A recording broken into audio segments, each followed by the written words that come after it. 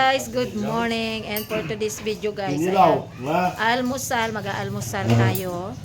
At maaga kami naggawa ng kinilaw na dilis. Ayan. Tumbal ba? Guys, ito yung kinilaw na dilis. Sili na lang kwan. Ang ingredients, suka, kalamansi, sibuyas, fresh na dilis. At ito ano tuyo? Budjong. Ha? Budjong. Ah, budyong. Budyong. Kilaw Kinilaw na budyong. Ayan, ang mga mangingisda. Number 1, si Mark. Guys, si John. Guys, ito, kuha nila to ni John.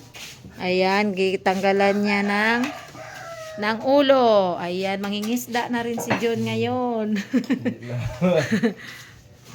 Ang ilakanon, lumang kanin or bahaw sa ilonggo. Ara, ang budyong. Yung tumutunog, ano nga yung tunog sang budyong, Mak? Anong tunog sang budyong? Hindi ka pagsubato eh.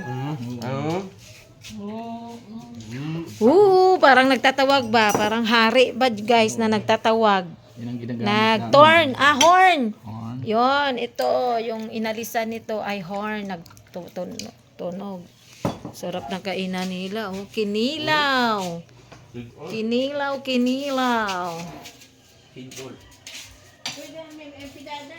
Ngamit na ibuhon to. Ibuhon, parang kami lang siya. Ayan, kain lang muna kayo dyan. Tingnan natin sa kabila. Hindi pa sila ko. Pakita natin guys yung isda. Kanina pala. Ayan, nabawasan na siya guys kasi may bumili na. Ito, masarap yan. Paksyo, prito, or sinigang. Masarap yan. Ito, mulmol ang tawag dito. Tapos guys, ayan. Ito yung ice na ginagamit. Tapos ito guys, mayroon dito oh. Tingnan nyo. Ayan. Itong isda na to ay maraming tinik. Ginagawa nito, ilalaga muna siya. Tapos laga, tatanggalan niya ng tinik. Ayan oh. Ayan oh, tinik oh. Ayan. Pero masarap ang luto nito yung may gata. At ito yung maliit na surahan. Pang-ihaw naman to, pang-ihaw. At ito yung danggit. Mamaya lilinisin yan pang prito, pang paksyo. Ito naman pang grill or inihaw. Mamaya pa yan lulutuin. Kasi nagkilaw pa sila. Ayan. Isda. Konti na lang kasi may bumili na kanina. Hindi ko lang na video kanina kasi napuyat tayo. Puyat tayo kagabi.